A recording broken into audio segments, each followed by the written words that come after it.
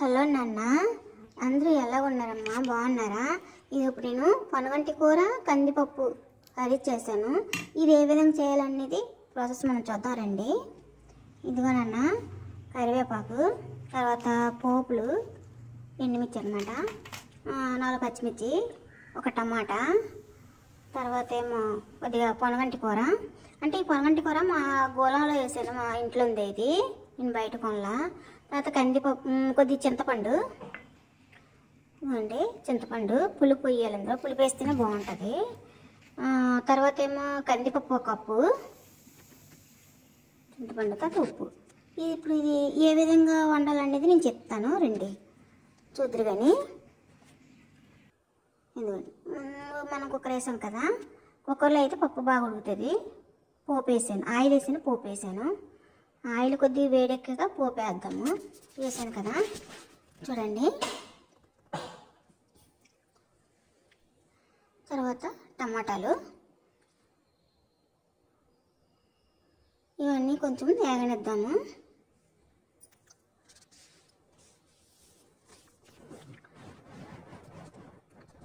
వేగనివ్వండి. ఎందుకంటే నేను ఆనియన్ వేయలేదు.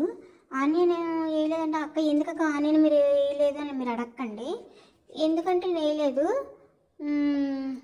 ఇప్పుడు నవరాత్రులు కదా, ఆనియన్ తినాం కదా, అందుకని వేయలేదు. ఇదిగో పొనగంటి కూర, ఈ కొద్దిగా వేగాలి ఇందులో. తర్వాత ఏంటంటే దుర్గా నవరాత్రులు వస్తాయి కదా, కార్తీక మాసం వస్తుంది. ఇలాగ ఇప్పుడు వారాహి నవరాత్రులు, నేను ఉల్లిపాయ తినని వాళ్ళు ఉంటారు కదా, అందుకని నేను ఉల్లి వెల్లుల్లి 2 వేయలేదు. అలాగే వేయకుండా ఇలా వండండి, ఎంత బాగా వస్తుందో, దానికంటే బాగుంటుంది ఉల్లిపాయ వేయకుండా కూడా. చూడండి, వేగింది కదా, చూడండి వేగిందా. ఇప్పుడేమో కందిపప్పు వేద్దాము. ఈ పప్పు వేసి కొద్దిగా ఆపండి, ఎత్తి పచ్చివాసన ఉంటుంది అన్నమాట.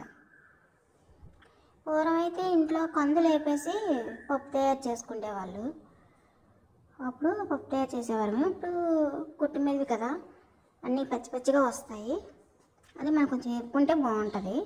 తర్వాత కారం, కారం తిన్నా బట్టి మీరు ఎంత కారం తింటారో దాన్ని బట్టి మీరు కారం వేసుకోండి. నేనైతే 1 స్పూను, 1/2 స్పూన్ వేసాను, అది చిన్న స్పూన్ కాబట్టి, లేదంటే 1 టేబుల్ స్పూన్ సరిపోద్ది. దీనికి 1 కప్పు మనం పప్పు తీసుకున్నాం కదా, దానికి 3 కప్పులు వాటర్ వేయాలి. అంటే ఆ కప్పుతో 3 కప్పులు. ఆల్రెడీ 1 గ్లాస్ వేసాను కదా, ఇంకొక 1/2 గ్లాస్ వేస్తాను వాటర్. చూడండి, అప్పుడు మనం కుక్కర్ మూత వేసేద్దాము. వేసేసి 4 విజిల్స్ రానిద్దాము. ఇది కొద్దిగా హైలో పెట్టేసి ఒక 2 రానివ్వండి, మళ్ళీ సిమ్లో పెట్టి ఒక 2 రానివ్వండి, సరిపోద్ది, మెత్తగా వచ్చేస్తుంది. ఉడికిపోయింది, చూసారా, అయిపోయింది. ఇప్పుడు దీనికి ఏంటంటే కొద్దిగా చింతపండు పులిపేద్దాం. ఇదిగో, ఆ పులిపి అయిపోతే అది టేస్ట్ రాదనమాట. పొనగంటి కూరకి పులిపే ఉండాలి, పులిపేస్తేనే బాగుంటుంది. తర్వాత సాల్ట్. ఈ సాల్ట్ ఏంటంటే మనం పప్పు ఉడికేటప్పుడు ముందుగా ఉప్పు వేయకూడదు, వేస్తే పప్పు ఉడకదు.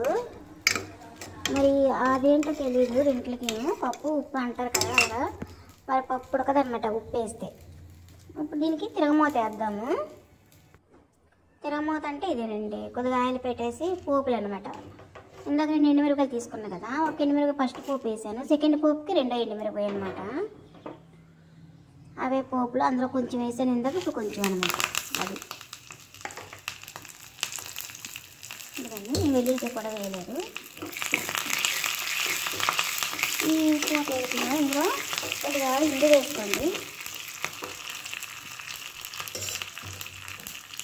ఇంగు వేస్తే బాగుంటుంది, మంచి టేస్ట్ వస్తున్నప్పుడు, మంచి టేస్ట్ వస్తుంది అనమాట. అది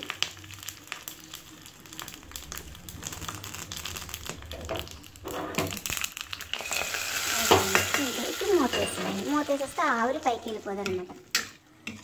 ఆవిరి పోకుండా ఉంటే బాగుంటుంది.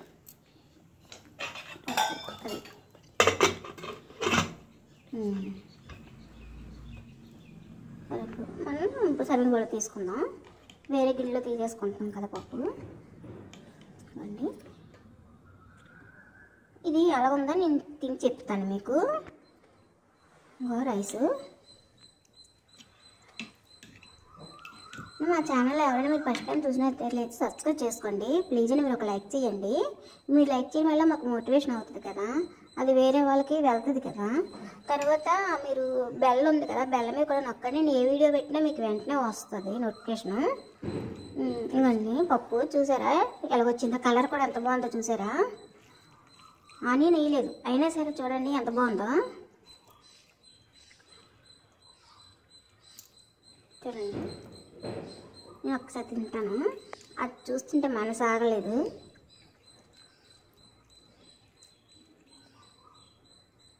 చాలా బాగుందండి, ఎంత బాగుందో తెలుసండి. అసలు మీరు కూడా ట్రై చేయండి అన్న, ఎలా ఉంటుందో. బాయ్ అండి, మళ్ళీ మంచి వీడియోతో కలుద్దాము. మీరు మా సబ్స్క్రైబ్ చేసుకోండి, ఒక లైక్ చేయడం మాత్రం మర్చిపోకండి.